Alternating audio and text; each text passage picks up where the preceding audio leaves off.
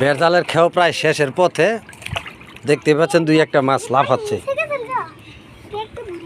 এই যে ছোট ভাই প্রজেক্ট মালিক, সাথে আমার ভাতিজা।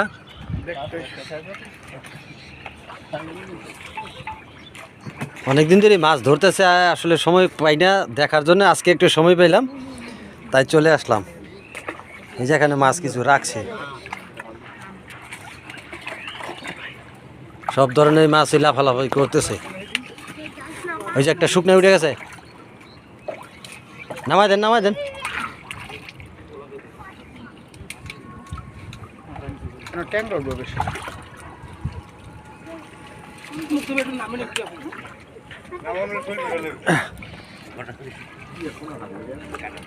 কাতলে ওইটা না